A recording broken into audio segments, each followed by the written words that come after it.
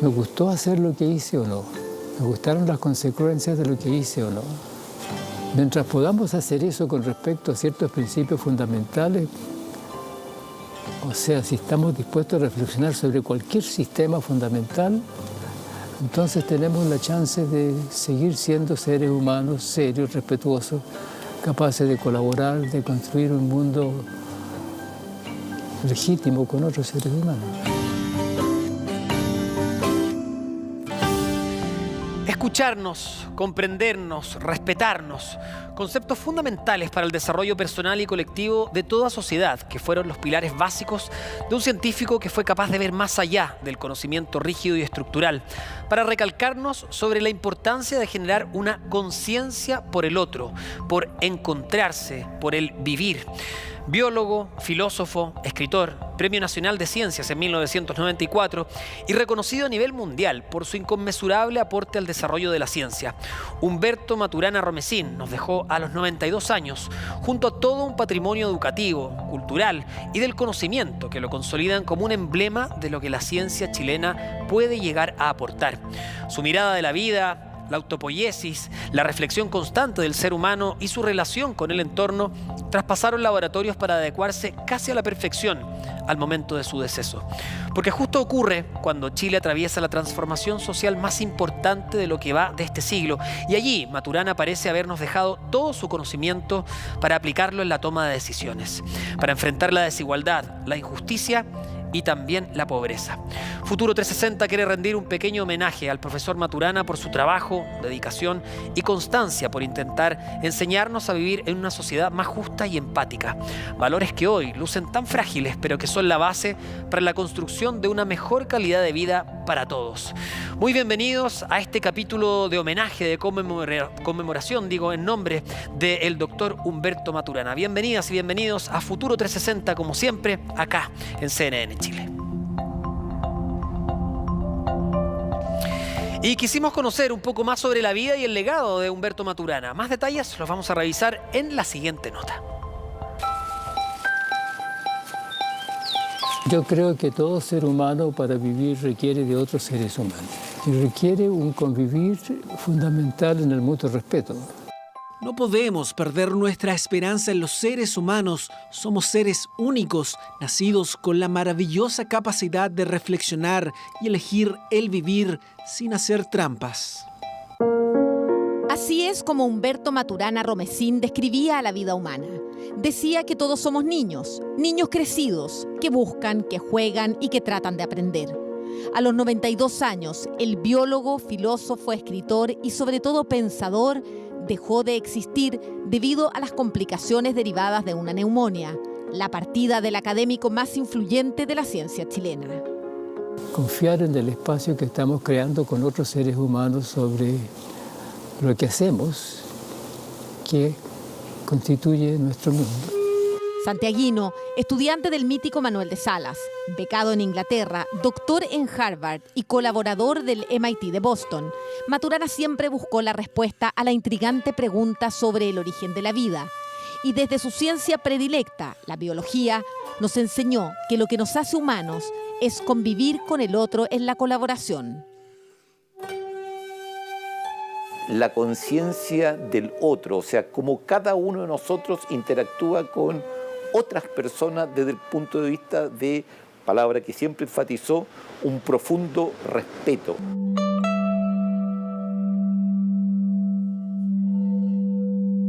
So, many occasions, I always telling that. I learned that from one Chilean great scientist. Now I consider you as a guru, teacher, guru. Fue reconocido en las más selectas universidades, publicó centenares de artículos científicos y un total de 20 libros. El árbol del conocimiento, uno de los más recordados y leído ya por varias generaciones. Sus reflexiones sobre el humano, las emociones, la educación y la responsabilidad social son elementos de toda actualidad y ya parte de nuestro ADN como sociedad. Esta es su oficina, tiene su nombre, ¿ves? Y esta oficina va a quedar, me imagino, para siempre, sí, claro, con el nombre del doctor Maturana. Sí, para los estudiantes es súper importante porque es una inspiración, ilumina. Es la partida de un legendario del conocimiento que vivirá por siempre en la historia de Chile. Se va en un momento clave del país y cobra aún más sentido su llamado a buscar soluciones en el diálogo, la honestidad y el respeto mutuo. Nos vamos a hacer una pausa y al regreso vamos a estar con Jorge Podosis, a quien veía recién en la nota, colega, amigo de Humberto Maturana y también académico de la Facultad de Ciencias de la Universidad de Chile. Conversamos con él al regreso acá en Futuro 360 de CNN Chile.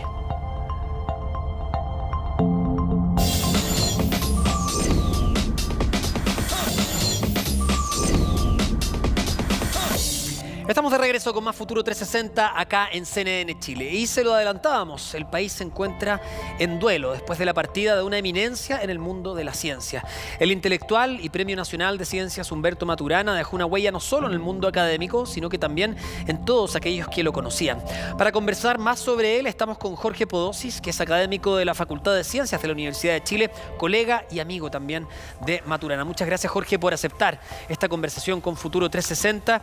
Y lo primero que te quiero preguntar es ¿cómo era Humberto Maturana? He leído entrevistas tuyas y dices era curioso y siempre estaba abierto a conversar con quien sea que llegara a su lado. Eso es cierto. Eso es así. Notable, pero es cierto. Quien quiera que fuera que llegaba al laboratorio o se acercaba a él, recibía atención. Y Maturana tenía la habilidad de oír y oía muy bien. Escuchaba muy bien a la gente y entendía, por tanto, muy rápidamente y muy bien lo que la gente, más allá de lo que la gente le decía incluso a veces. Comprende, porque tú a veces hablas desde tu confusión, ¿no? Y la confusión tiene un fondo que no se ve. Maturana tenía esa habilidad de encontrar esa raíz en el oír de la gente. Y además se reía con una risa bien estruendosa. Eso todo el mundo se acordara con la risa de Maturana. Y reía mucho, y muy estruendosamente, debo decir. Hay algo bonito en lo que dice Jorge, porque hay que ponerse desde un sitial de humildad. Y a veces, para muchas personas puede ser un ejercicio llegar a su humildad, sobre todo cuando tienes el palmarés que tenía Humberto Maturana. Tú dices que da lo mismo que llegar a ser un estudiante de pregrado, de posgrado, etcétera. Con cualquier persona él trataba de sacar algo, ¿no? Muy entregado a la gente que lo iba a ver, sí. A veces bien agotadoramente. Pues yo creo que a veces su agenda también estaba demasiado llena de eventos. A mí me tocó responder teléfono de alguien muy irritado, pero irritado en finlandés, ponte, o en sueco. Buscando explicaciones. Por algo que el doctor...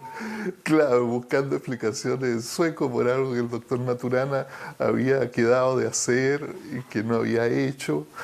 Y situaciones así.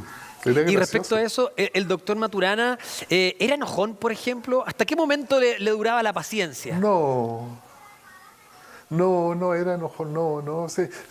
Mira, ya que estamos hablando de esto, supongo que no es infidente. Más bien se amurraba, diría yo. Ya, era picado. Cuando algo no le gustaba, cuando se sentía... era para adentro en lo que le era molesto. Lo resentía, digamos, de una manera poco expresiva. El doctor Maturana, Jorge, fue Premio Nacional de Ciencias en el año 1994. De acuerdo a tu visión, como colega también y como amigo, ¿tú crees que la importancia de Humberto Maturana en nuestro país va a ser más ligada al mundo de la biología o al mundo de su faceta más humanista? Bueno, ciertamente que su dimensión de pensador humanista solo crece y crece.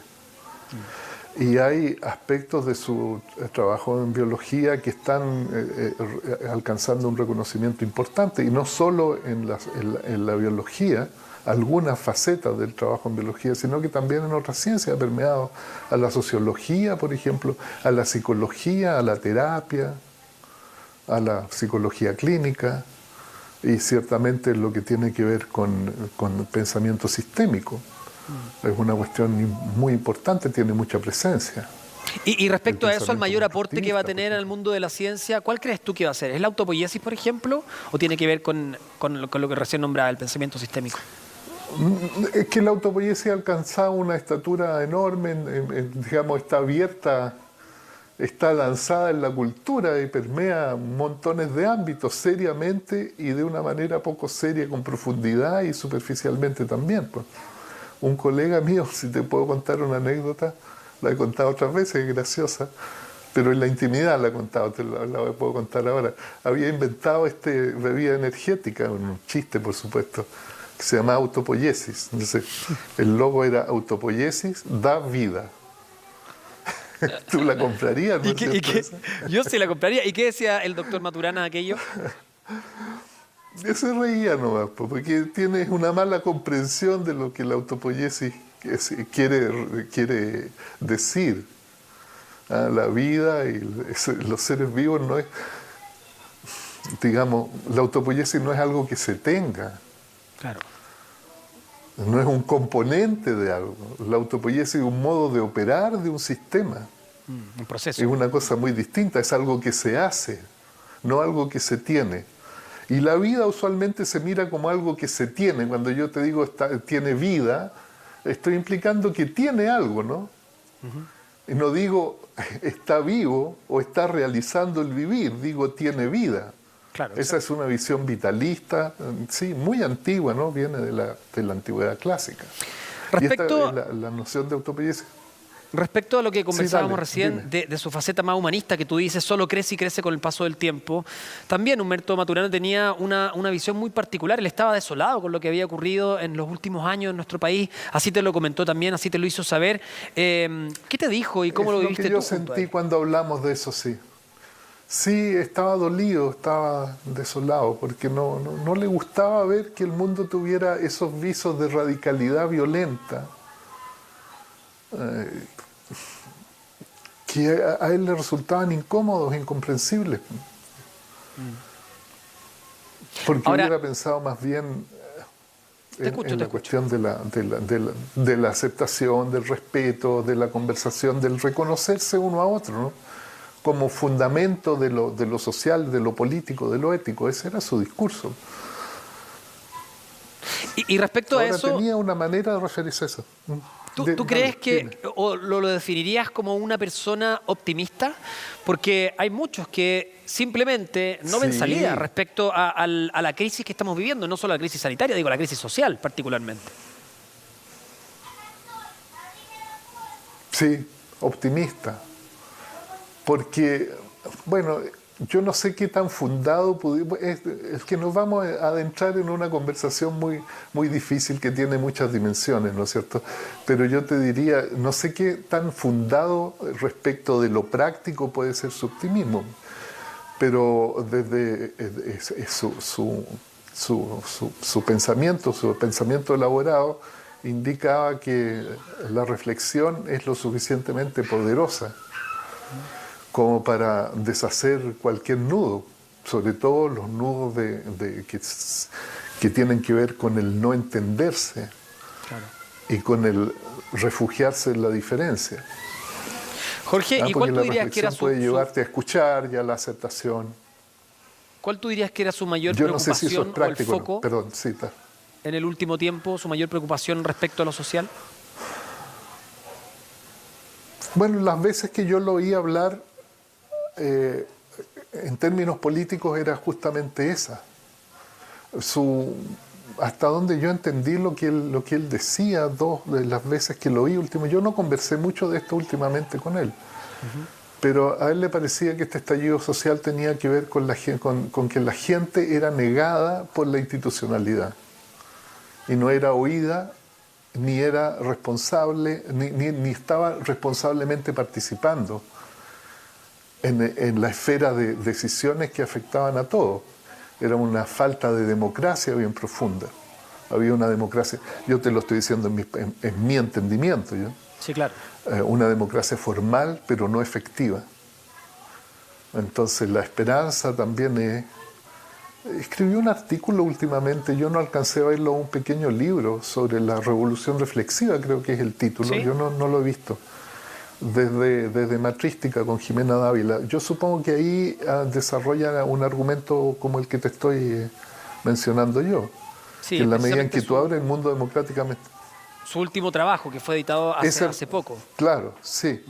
Sí, yo creo que el argumento tenía que ver con profundizar la democracia en el sentido de hacer partícipe del ámbito de las decisiones comunes a todos los que son afectados por ellas en último término. La revolución reflexiva yo creo que iba en esa dirección. No te lo puedo asegurar porque no he leído pero viendo cómo se orientaba el pensamiento del profesor Maturana me atrevería a aventurar eso. Y lo último, Jorge... Ahora, si eso va a pasar o no... No sabemos. Pero lo último, sí, respecto a su personalidad, ¿de dónde se nutría Humberto Maturana y cuál crees tú que va a ser su legado? ¿De dónde se nutría? Te lo pregunto porque es interesante saber si él escuchaba más a los sabios o escuchaba más a los jóvenes, por ejemplo, y desde ahí empezaba a elaborar distintas teorías. ¿Dónde dirías tú que él tomaba, ¿no?, esta fuente también de energía? Y por otra parte, ¿cuál crees tú que va a ser finalmente su legado? Mira, yo creo que para el que tú capaz conozcas esta frase de Borges. Borges dice, para el que nació lector no hay nada como el vicio impune. Sí, en el caso del doctor Maturana es para el que nació entendedor no hay nada como el vicio impune. Entonces, todo era para él motivo de una reflexión profunda. La literatura le interesaba, y la literatura científica y la literatura literaria, le interesaba la filosofía y por supuesto conversar con la gente, y la biología centralmente, claro. Y la conversación con las personas, y como te digo, él oía mucho, oía a todo el mundo. ¿Y su legado, Jorge? Y quería decirle, sí,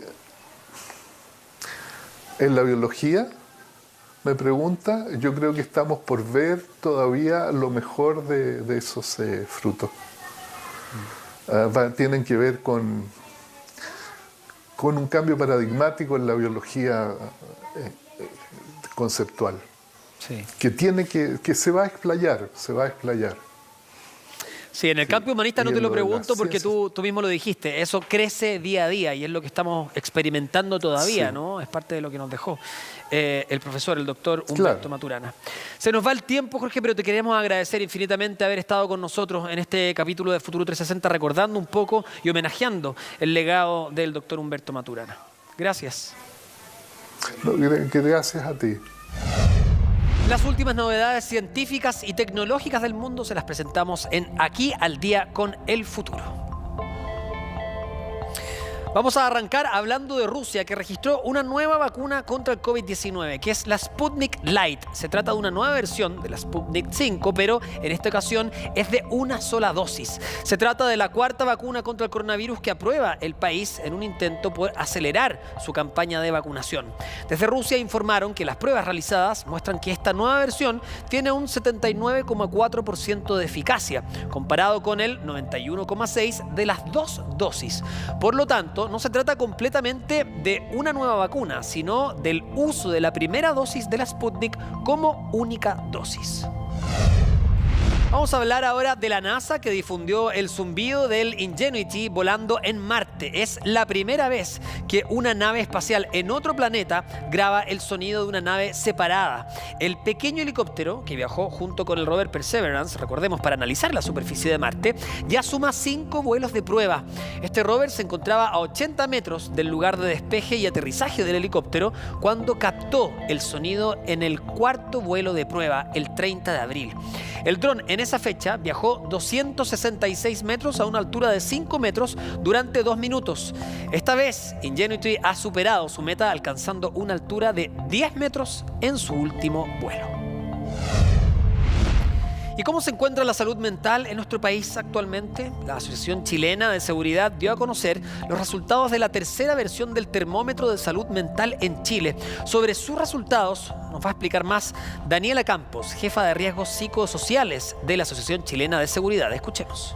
Vimos que en abril de este año 2021 aumentaron las prevalencias de síntomas asociados a problemas de salud mental respecto a noviembre, diciembre del 2020, para todos los grupos de la población independiente de sus características demográficas.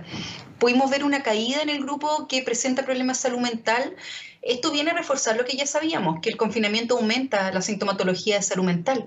Respecto a los síntomas, aumentaron en su gran mayoría, especialmente la anedonia, que es un síntoma depresivo, básicamente se refiere como la menor capacidad de disfrutar actividades cotidianas, tiene que ver con el placer.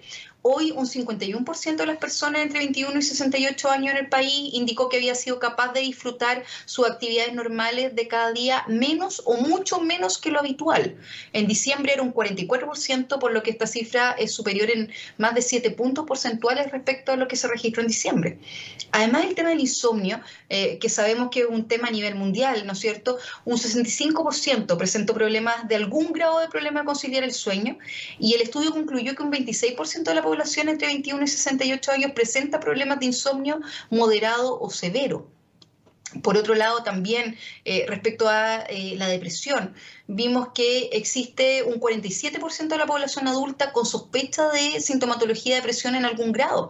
La proporción de personas con sospecha de depresión se incrementó casi 9 puntos porcentuales, aumentó a un 47% versus un 38% que vimos en diciembre.